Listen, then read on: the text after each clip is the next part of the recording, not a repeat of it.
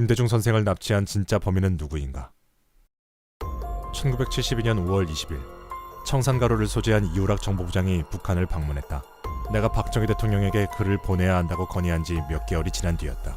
한반도의 주변국들은 우리와 북한의 통일을 원하지 않았다. 중국은 만주 조선족과 한민족 공동체가 형성되어 중국 내란으로 이어질 것을, 소련은 동시베리아 고려인들이 독립을 주장하게 될 것을 걱정했다. 일본은 통일 이후 우리가 강대국이 될 것을 우려했고, 미국은 거대한 군수품 처리 시장을 잃을까봐 남북의 접촉을 반대했다. 미군 철수를 중지하기 위한 역전략, 그것이 바로 남북 비밀 접촉의 진이었다. 결국 1972년 5월 29일 북한의 박성철 부수상 일행이 4박 5일 일정으로 극비리의 청와대를 방문해 박 대통령과 30분간 회담을 했다. 그리고 2개월 뒤인 1972년 7월 4일 오전 10시 서울과 평양에서 7.4 남북 공동성명이 발표됐다. 뒤를 이어 10월 17일 유신 특별선언이 공표됐고 11월 17일 국민투표에서 91.5%의 찬성으로 통과됐다. 같은 해 11월 30일 남북조절위원회가 탄생하고 12월 23일에는 유신 헌법에 따라 박 대통령이 제8대 대통령으로 취임했다. 1973년 7월에는 제7차 남북회담 본회담이 개최돼 순수 이산가족 찾기로 진전되었다. 자네, 김대중 선생 납치 사건을 알고 있나? 예, 각하.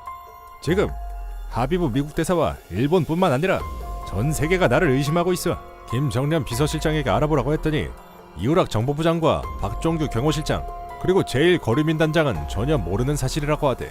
나한테 누가 거짓말을 하겠나? 우리는 절대 개입하지 않았어. 각하, 이우락 정보부장이 김대중 선생이 묵었던 일본 호텔을 지키고 있었습니다. 어느 누가 납치를 할 수 있겠습니까?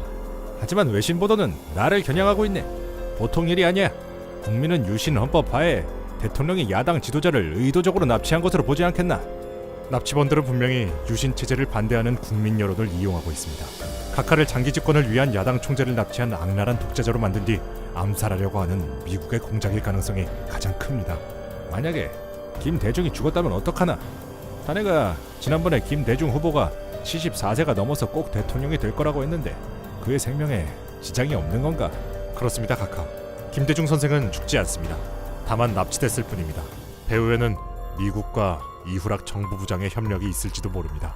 삼선 개헌과 유신 이후로 장관들과 정보부장이 각하보다 미국 대사와 CIA의 눈치를 더 많이 보는 것 같습니다. 여권에서는 김대중 선생의 자작극이라고 말하기도 하네. 그것은 억측입니다. 김영삼 총재와 김대중 선생은 이제 40을 넘긴 순수함을 지닌 사람들입니다. 소인배의 행동으로 대권을 노릴 사람들이 아닙니다. 김대중 선생은 머지않아 한국으로 올 겁니다. 다만 각하는 철저한 공개 수사를 일본에 천명하고 사과사절을 보내야 할 것입니다. 누가 납치를 주도했든 이 사건이 각하를 제거하려고 하는 신호탄이라는 사실을 명심하셔야 합니다. 자네 말처럼 삼선 개헌 이후 대연과 화재로 200여 명이 죽는 등 엄청난 일들이 계속해서 일어나고 있네. 이것이 유신 개헌과 무슨 연관이 있는가? 저는 사서삼경과 대장경, 성경 등 전 세계 53개 종교경전을 다 배웠는데 경전들의 공통점이 바로 불가입성의 법칙입니다. 즉 병에다 물을 넣으면 들어간 물만큼 공기는 나와야 한다는 법칙이지요. 성경 말씀 중 예수가 최초로 설교한 마태복음 5장 3절부터 12절까지를 산상설교라고 합니다. 그런데 여기에 팔복이 나온답니다. 십자가에 매달리기 전 마지막 설교를 다루는 요한계시록 21장 8절에서는 팔사를 말합니다. 팔복이 오면 팔사는 당연히 없어지며 팔사가 오면 역으로 팔복이 사라집니다.